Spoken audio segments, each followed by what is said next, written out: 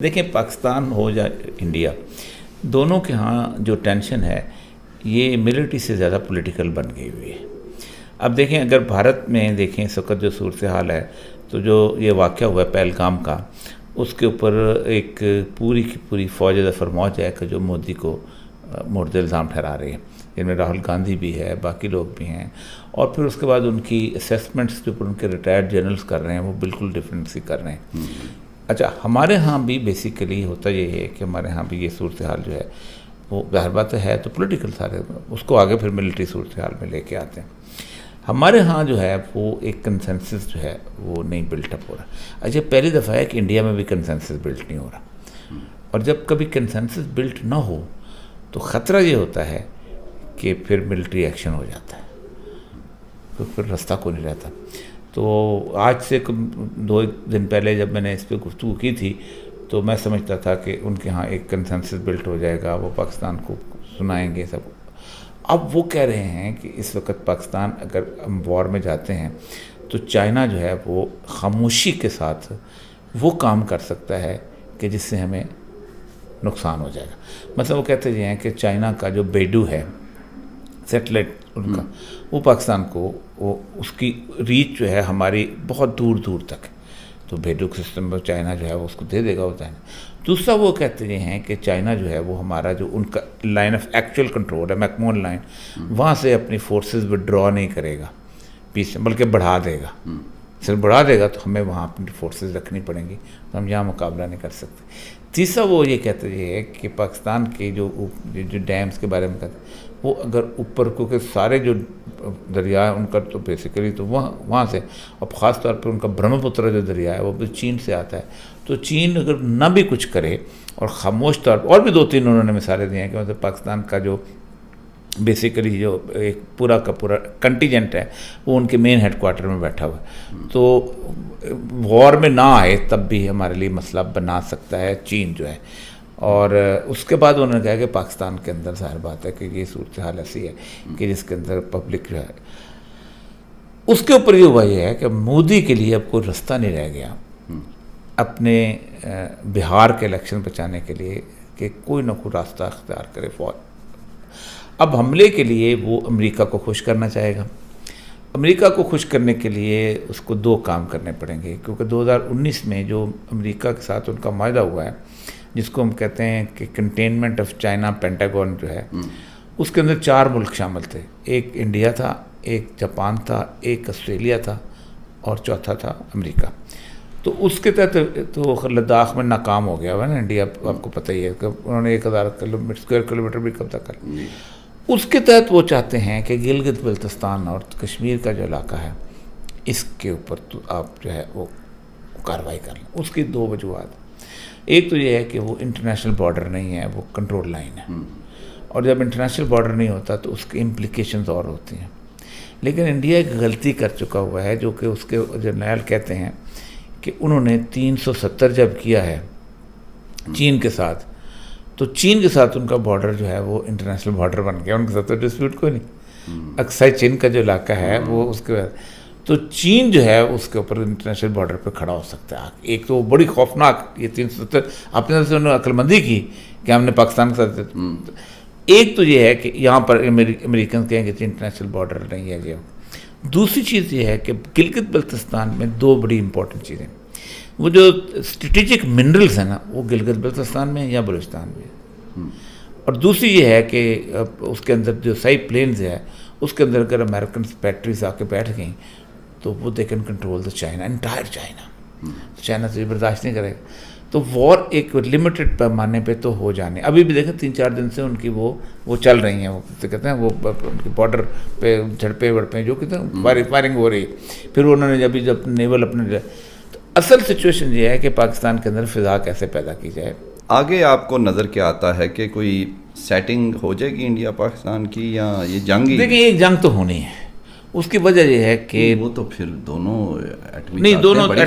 وہ ایٹمی طاقتوں کا لیول آئے گا نہیں، اس کی وجہ کوئی نہیں لانے دے گا ایٹمی طاقتوں کو۔ اس کی 2 وجوہات، دیکھیں ایٹمی طاقت میں اگر آپ پاکستان میں ٹیکٹیکل ویپن ہوتا ہے، ایک چھوٹے سے علاقے کے اندر آپ جہاں فوج کھڑی ہے وہاں مارتے ہیں آدھے 1 کلومیٹر کے اس کے اندر، وہ اگر 15 بھی دونوں ملکوں نے کر دیے تو ان سے ایک غبار اٹھے گا، اور وہ غبار جو ہے وہ پوری دنیا پہ چھا جائے گا، جس کو کہتے ہیں نیوکلیئر ونٹر. جیسے ہمارے اسموگ ہوتی ہے نا، اور یہ تقریباً 19-20 سال رہے گی. اس دوران زمین پر صرف 20% سے 25% تک سورج کی روشنی آئے گی. نہ آپ کی سبزیاں پکیں گی، نہ آپ کی گندم پکے گی، نہ اس کو کہتے ہیں نیوکلیئر فیمائن. تو جب باقی ملکوں کو پتہ ہوگا کہ یہ بم اگر چلے تو ہم سب نے مر جانا ہے، تو کوئی چلانے نہیں دے گا، آپ کو انٹروین کرے. اس لیے جب بھی انڈیا کی فوجیں آ کے کھڑی ہوئی ہیں یا آپ کھڑے ہوئے ہیں، سب سے پہلے وہ کانپے ہیں. بیسیکلی جنگ کو روک دیا ہے ہمیشہ کے لیے یہ ایٹمی طاقت روک. اب صحیح جس کو جنگ کہتے ہیں، اب ہونا کیا ہے؟ تو ہوتی ہے. دیکھیں ایک اور میں عرض کروں، انڈیا کے پاس جو ہے پروکسیز ہے، اس سے وہ اسے کرے. اب پروکسی کہاں ہے؟ بلوچستان میں ہے یا TTP. وہ پروکسی اس طرح کی نہیں ہے کہ فل وار کر سکے. دیکھیں نا پروکسیز فار ایگزامپل سیریا میں تھی نا، فل وار کر لی وہاں پر انہوں نے، ان کی 100 اور ایرانین پروکسیز تھیں. اس پہ پروکسی لیبنان میں تھی، فل وار کر لی. یہ رشیا کے ساتھ افغانستان میں پروکسیز چل رہی تھی. پروکسیز یہاں پروکسیز اس طرح کی ہے نہیں. وہ پروکسی دیکھیں نا، بلوچستان کی پروکسی جو ہے وہ ادھر آپ کا کلبھوشن پکڑا بھی جاتا ہے. وہ تو خیر انہوں نے پکڑ کے دیا، طالبان نے بڑی اس میں اس کی مدد کی. لیکن مسئلہ یہ ہے کہ ایون دس وہ ایک بلوچستان کی ایک پوری کی پوری حد فاصل فزیکل ایلینیشن بھی ہے نا. سکر کے ادھر پہاڑ آ جاتے ہیں، بولان پاس آ جاتا ہے، یہ آ جاتا ہے، دور ہے نا علاقہ.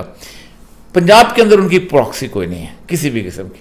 ایون سندھ میں ایک زمانے میں سندھو دیش ہوتی تھی، بہت بڑی پروکسی تھی، وہ جی ایم سید کے ساتھ فوت ہو گئی.